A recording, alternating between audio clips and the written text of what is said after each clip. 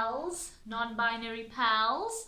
Last night was the Miss South Africa 2021 competition, and now that we've all had some time to rest, recuperate, some of us have had to recover.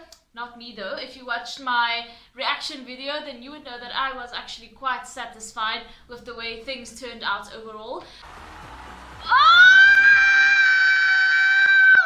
Now that we've all had some time to reflect, I wanted to talk about last night's event in a more objective way. Now, there's no denying that the Miss South Africa organization really pulled out all of the stops for this event. I mean, I don't even think that the television coverage, just displayed it in the magnificent way that it was probably seen by the people who were there live.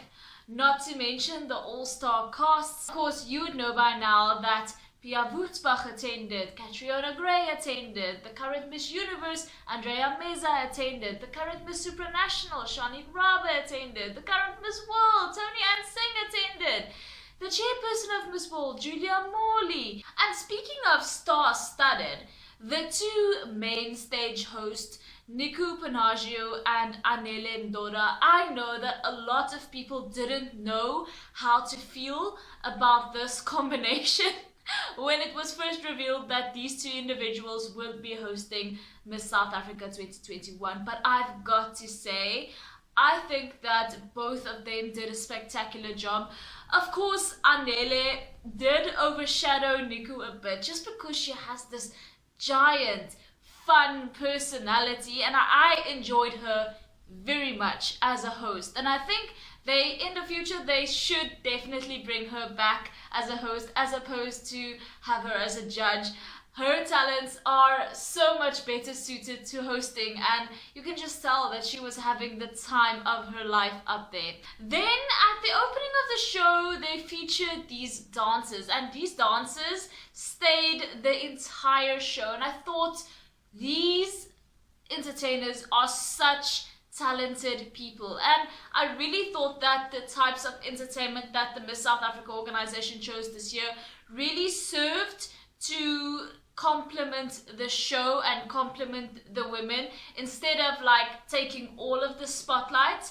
And I thought that the entertainment chosen really just represented South Africa and South African music and South African culture very well, which is amazing because, Miss South Africa isn't only watched by people in South Africa. I mean, my goodness, I was sitting here in Namibia, which is pretty close by, but there are also people in the United States, people in the Philippines, people all over the world interested in the Miss South Africa pageant, and I love that they are giving everyone around the world a little taste of South African culture instead of, just using the most popular music worldwide at the moment. Speaking of the ladies, one thing that I really appreciated was at the beginning of the show when that curtain was being lifted and they were all wearing different colors of the rainbow in power jumpsuits. You guys know that South Africa is known as the Rainbow Nation. Well, of course you guys know that, except if you're not from South Africa. And as a matter of fact, I think the entire intro was just so amazing. But one piece of criticism that I do have, and this is something that annoyed me throughout the show, and it's that the walks, the individual walks that the girls had, went by so fast. You can't even form a full thought, and then this girl is off stage again and it's camera panning to the next one. I would have loved to see these ladies for longer periods of time, and I know that it's not always possible because they are on a very strict time schedule because they were working with DSTV and they are on their strictest time schedule, of course. It went by too fast, and I want to savor these moments. I want to see these women really for a long enough time for me to decide whether or not I can see her as the next Miss South Africa. And I feel like it was just in and out, in and out, in and out, felt kind of rushed at times. And I love the fact that they had the judges ask the top 5 Q&A questions. And I know they usually do this, but I appreciated it this time round even more because we got to see Pia and Andrea a little more, and also Anele in the beginning asking the judges, you know, some questions.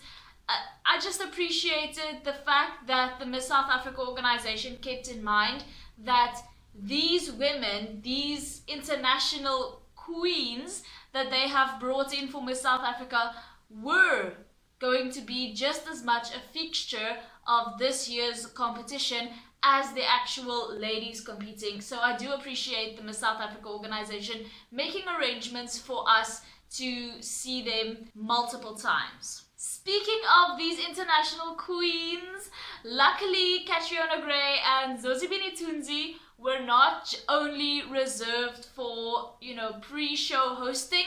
They did bring them on screen a couple of times. Unfortunately, they weren't physically on stage. They were, you know, backstage chilling.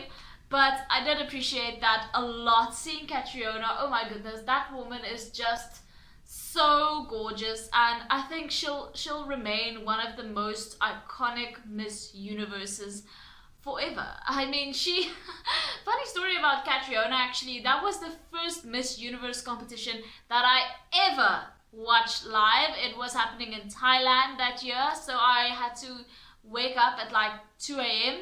and, you know, sit in front of the little TV with my little blanket and my little coffee.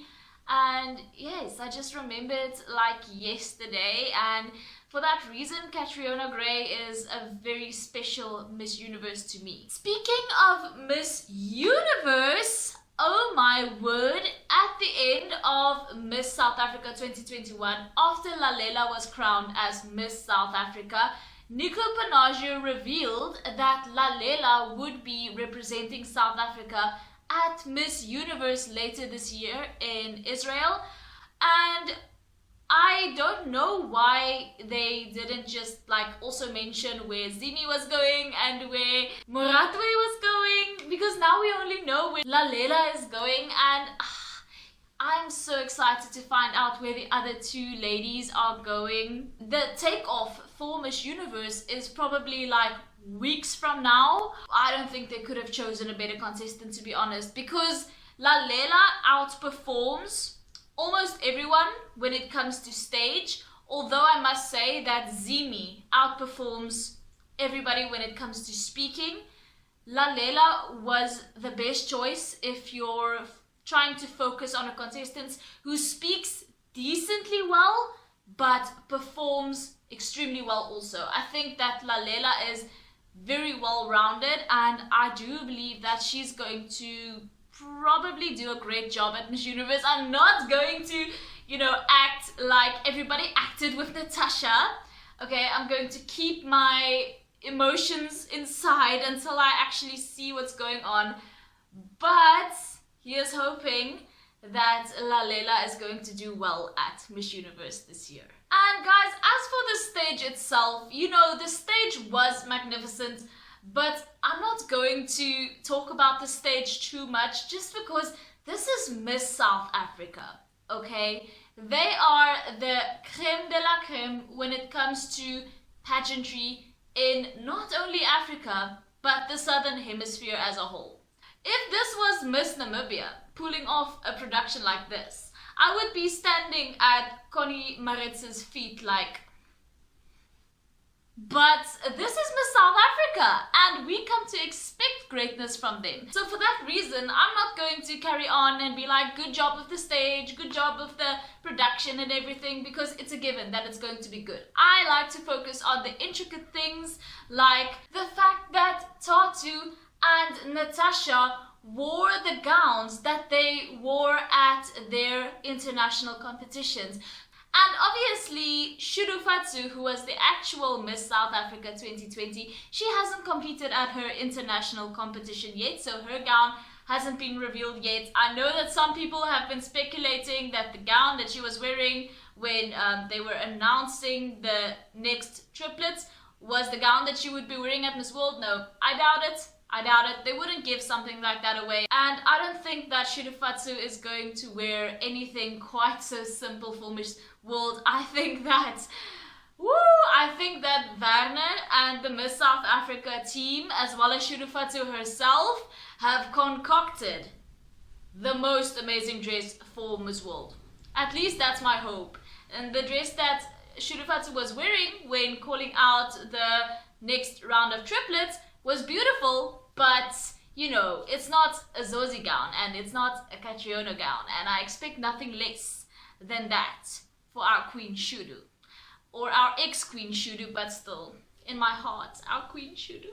Guys, I know this video has been very rambly, and to be honest, I still haven't gotten over Miss South Africa 2021. And overall, I think it was a fantastic night, and the Miss South Africa organization really deserve accolades for this, because I just had such a good time watching Miss SA 2021 and having all of my predictions verified, except for Moratwe. Moratwe was a bit of a dark horse. But other than that, 2 out of 3 of my top 3 made it into the top 3, as well as 3 out of 5 of my top 5 made it into the top 5.